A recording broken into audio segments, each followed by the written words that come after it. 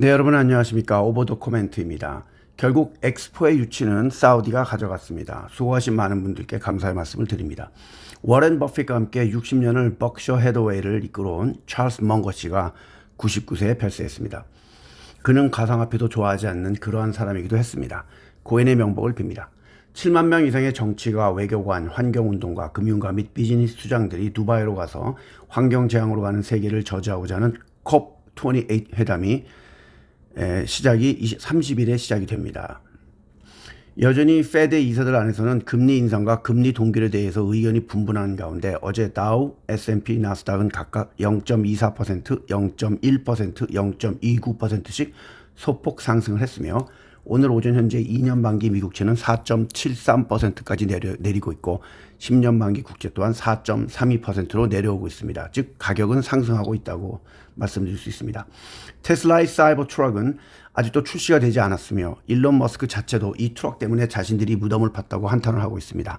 이 트럭은 첫 고전압 차량으로 더 빠른 충전이라는 이점을 제공하고 있지만 몇 년이나 뒤처진 자체 개발 배터리셀에 의존하는 테슬라의 유일한 트럭이기에 테슬라가 자동차를 만드는 방법에서 크게 후퇴한 것입니다.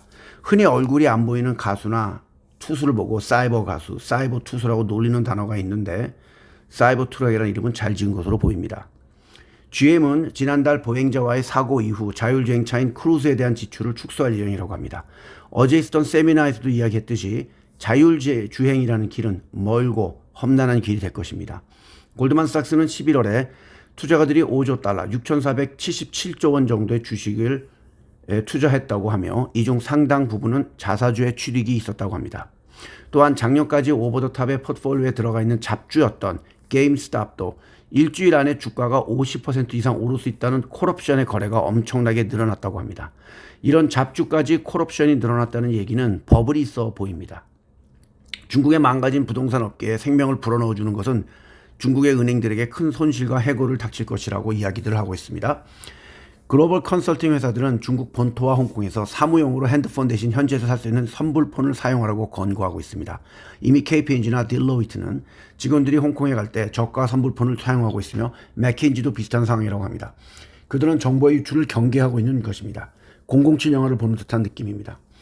태국은 관광을 활성화하기 위해 방콕, 푸켓, 파타야, 치앙마이, 사무이의 클럽, 바, 노래방을 오전 4시까지 영업하도록 했습니다. 영국의 투자 담당 장관은 중국의 자동차 회사들이 영국에서 공장을 짓기를 희망한다고 했습니다. 미국의 블랙 프라이데이 이후 사이버 먼데이 쇼핑의 매출이 사상 최대로 작년 동기 대비 5.4%가 증가한 124억 불, 16조 580원 정도 늘었다고 하며 평균 할인율은 전자제품이 30%, 가구가 19% 이상이라고 데이터 분석 업계가 발표했습니다. 하지만 믿지는 못합니다. 그 큰 땅덩어리에 이런 데이터를 종합해서 하루 만에 분석한다는 건 불가능합니다. 29년 만에 우승한 LG 트윈스를 기념하기 위한 LG전자의 전자비품의 할인 폭도 29%인데 그것보다도 높은 30%였습니다. 아마존은 이미 UPS와 FedEx를 누리고 미국의 최대 배송업체가 되었으며 멕시코에서 중국의 자동차의 판매가 올해 10달 동안 51%가 늘어났으며 이것들은 거의 다 휘발유 차였습니다. 북미에서 포드와 GM의 전기차와 싸우고 있는 중국차로서는 큰 발전이며 다른 외국계의 자동차들은 중국의 절반 정도를 팔았다고 합니다.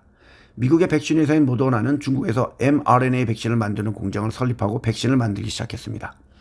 하마스의 가자지구 북부사령관을 포함한 3명의 고위 지휘관들이 사망이 확인되었으며 미국은 이제는 지난달 기습을 주도한 정치 수장인 야히야 사누아를 추적하는 중이라고 발표했습니다. 한국 시간 10시 현재 거의 모든 종목들이 하락을 하고 있었으며 카카오가 1.17% 하락을 했고 반면 에코프로그램이 0.41% 오르고 있었습니다. HCI가 1.14% 하락을 한 6,950원에 거래가 되고 있으니 저가 매수의 기회라고 보일 수 있습니다. 리플은 816원에 거래가 되고 있었습니다. 오늘도 즐거운 수요일이 되길 바랍니다. 감사합니다.